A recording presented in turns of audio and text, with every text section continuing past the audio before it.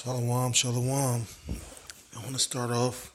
Call halal Allah Yahweh Ba'ashem, Yahweh Shah Ba'ashem, Harakako, that's what thumb. Double honors to the apostles and elders of Great Millstone who taught me this truth. Peace and salutations to the Akim around the four corners of the earth, preaching the truth with faith and sincerity, risking their lives and freedom to do so.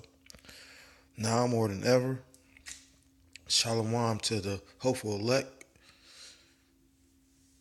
that's actually faithful, true, and believing in this word. Shalom to the Akwaf and the Akim out there listening and learning. Shalom to the confusion of face brethren join onto our ranks, as well as those that were hoping to join onto our ranks. Once again, it's the brother Yawasop out of the GMS Cleveland Church, a fellow servant, coming at you with another lesson. Through the Spirit, I came across this book. I've been doing this series about, Esau's imaginations, his vain imaginations, his devices. And, I like to read, so I like to bring stuff out, and we go on this journey together. It's a lot of going on right now through the Spirit. You got, the missiles going off in Syria, Gaza, Israel. You got the thing going on with Russia. The little airstrip got hit over there. You got just multiple things. I've been just, Spirit had to jump on me because I've been, battling these demons. But through the strength and the Spirit and will of the Yahweh Ba'ashem Yahweh Shah, I'm able to try and, Lord willing, through this video, come across this book. I'm trying to show you what it looked like, because you need to know what I'm bringing to you, because, we try not to deceive. You got a lot of false prophets. Anything. I learned this from the elders. Anything that they tell you, that's what make it beautiful. Anything they tell you. I've had people tell me things all my life, right? And if you catch on, it's an issue. The thing about the elders, I've heard of people speak on them, men, women, everybody got something to say. I can understand how that feel, because I actually have had people lie on me and have things to say about me. At the end of the day, what I respect about them the most is because the simple fact is this: anything that they have taught you or trying to not teach you, because they teachers, but at the end of the day, the thing is this: they your teacher, but at the same time, they're not gonna hold your hand. At the end of the day, it's up to you, if you really believe this, to go look this stuff up. At the end of the day, I'm bringing out this book. Is about this man John Hall. It's called Guinea Pigs: Technologies of Control. Whatever reason, Spirit jumped on me. I'm gonna actually read a little bit on the back, and then I'm gonna go straight into it, because what really caught my attention about this man, this is what I'm gonna read. He says he was born in San Antonio, Texas, home of the Alamo. John Hall is a physician who considers writing his second profession. Knowing the United States government, the United States government's dismissal, or dismal track record with regard to experimenting on the public without informed consent, the sheer number of people voicing identical complaints of electronic harassment and surveillance had to be explored logically. So at the end of the day, just through the Spirit, it was meant to go into this, because this is all ties into, this 5G and this RFID and all that, and this book is going to go into it. I haven't started reading. I like to, like I said, I try to read a lot, but for whatever reason, I know, like the brother from Men of Valor was speaking on, at the end of the day, it's spiritual demons, plaguing me. So, I don't read as much as I used to. But before I get started, we're going to read today, Lord will. Before I get started, I'm going to bring out a scripture, then I'm going to jump straight into it. This is the book of Luke 12:2.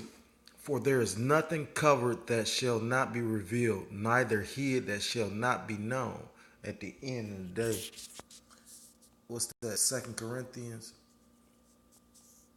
2 and what? 11? 2 Corinthians 2 and 11. Least Satan should get an advantage of us, for we are not ignorant of his devices. Because at the end of the day, it says in scripture that let me get it. I think it's Amos. That's 3 scripts right there. Yeah, that's beautiful though. like a brother was just bringing out when we was at camp. He say Esau can't roll through the spirit like when the Lord is on you, when the Spirit on you, you roll through the Spirit. We don't need no gimmicks and no props. And we going through the scriptures. This is the book of Amos 3:7. Surely the Lord Yahweh will do nothing, but he revealeth his secrets unto his servants, the prophets. So at the end of the day, this, because you got people completely unaware of this. Like, I mean, you got some people that's aware. I've been watching YouTube lately about how people just, I'm watching, I don't even know the people's name, but, they some Jakes. And ain't nothing wrong with it to a certain extent, but Jake trust and folly, you know what I mean? Like, they rather be appeased because their spirit really hurt. They rather be appeased by laughing shit off, taking everything as a joke. That's why I say the book of, what's that, Jeremiah 4:22, my people are sottish. Let me get it real quick, and then I'm going to jump into it. The spirit ain't really, well, I ain't say it never rolled them. I remember brother was saying how you could tell the difference of when you first get in this thing and when you've been in it for a minute. Jeremiah 4:22, for my people is foolish. They have not known me. They are sottish. Going to that word, H5530. So-called. Sottish, silly, fool. And my King James I got, it says stupid. It says they are sottish children and they have none understanding. They are wise to do evil, but to do good they have no knowledge. You got all these videos I'm watching, and don't get me wrong, I am not no hater. It's just amazing to me, but it's not really that amazing. It's more like, what's the word? Not even distressing, because I can't get upset about what the Most High done already showed us and told us what's gonna happen. You got more people trusting in, like, you got more people that rather. You got right now at your fingertips all this knowledge, and yet still we got people that use YouTube and the internet and this smartphone for watching dumbass videos, rap videos. I mean, I see it all day. You got more people paying attention to the palm of their hand because they got a phone in it, as opposed to what the fuck going on around them.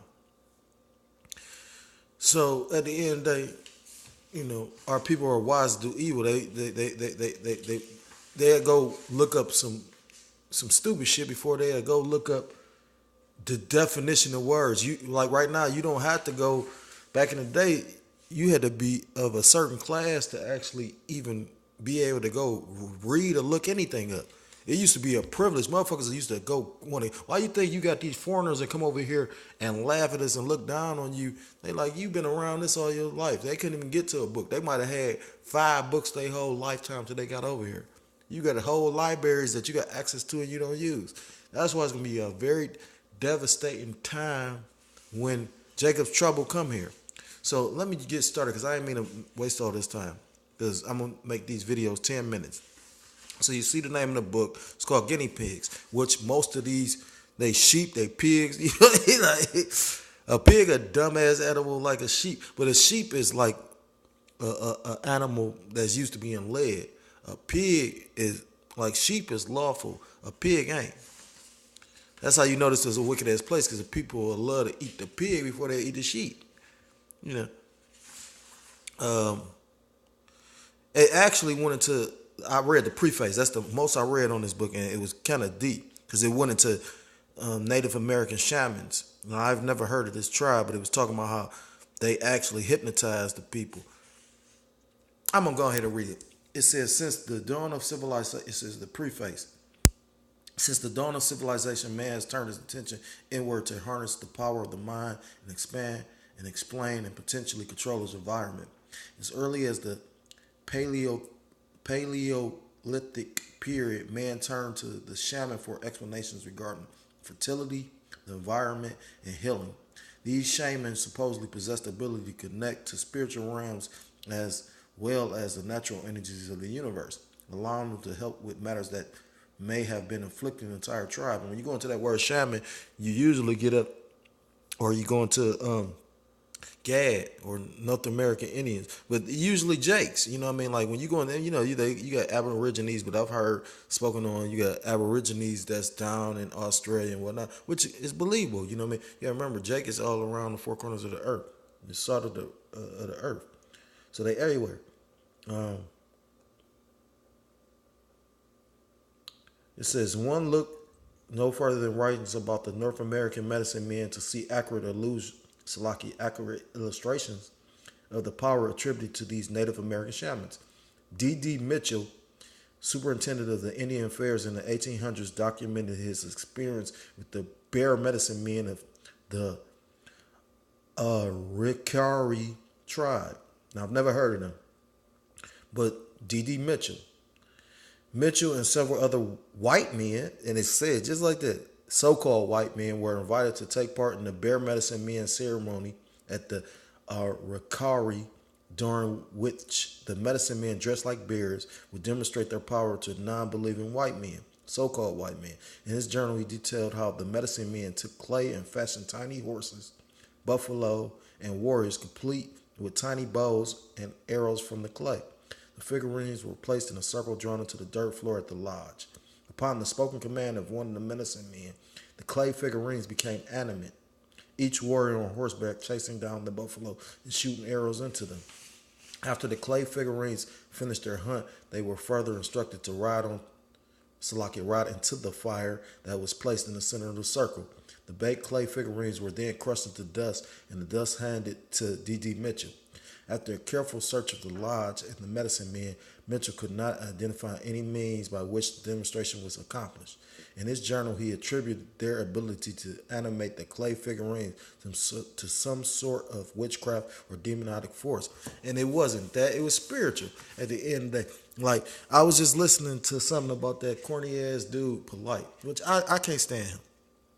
I can understand the story to a certain extent, and he's set up by the Most High, regardless of he a demon, wicked, whatever the fuck. Because when you really listen, like I was listening to him on that Vlad TV thing, and at the end of the day, but when you really catch, like with the dude, Young Pharaoh, and this is not about none of that, but, I really came to the conclusion, yeah, he got demons on him, that dude, Young Pharaoh. I'm not going to be no hater and hate on him. Like right now, people love this time right now because you could just have an Instagram, and if you could, like for instance, the bitch, one of them Kardashian sisters, the youngest one, that bitch is damn near a billionaire. Based on, she got a following the Instagram motherfuckers more than, but it's said in times, like people will follow wickedness before. I mean, I'm roughly paraphrasing, but basically like it's an abundance of wickedness, At the end of the day, like, this is a time you got a little popularity and name for yourself. Why you think people get on like them shows like Housewives of Atlanta and Housewives of Beverly Hills? Because at the end of the day, that's all publicity. It's free publicity. And on top of the fact that you're getting paid, these people don't probably make that much. You got people that used to be known and ain't known now and ain't been doing nothing, and then they get on that show and they try and do something else because that's publicity, But at the same time, I just put up a article that was talking about, you got people talking about this Uber shit. Like everybody thought that Uber shit was great. Then you realize how much money Uber making, how much money they paying you. And it's all illegal. This is a wicked ass place.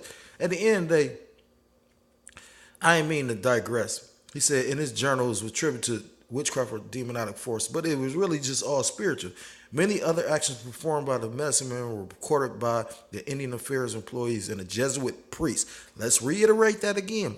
By the Indian Affairs employees, which are probably so-called white men, and the Jesuit priests, which I guarantee you were Edomites. Perhaps the easiest explanation would be that the medicine men possessed a tremendous ability to successfully hypnotize the spectators. The term hypnosis was coined by the Scottish surgeon named James Braid, who based his practice on techniques developed by Franz Mesmer, the first to describe animal magnetism. So at the end of the day, I only brought that out to bring out the fact that, it was a Native American, Jakes. And that's going to make me get into that whole little thing about that tribe. Because I guarantee you, without even looking them up, it's going to go back to, those are Israelites, what I mean? Like, at the end of the day, and, for whatever reason. So you got to remember, what they did was, what it say in Scripture, Jacob is the former of all things. So I'm going to stop right there and then I'm going to start back.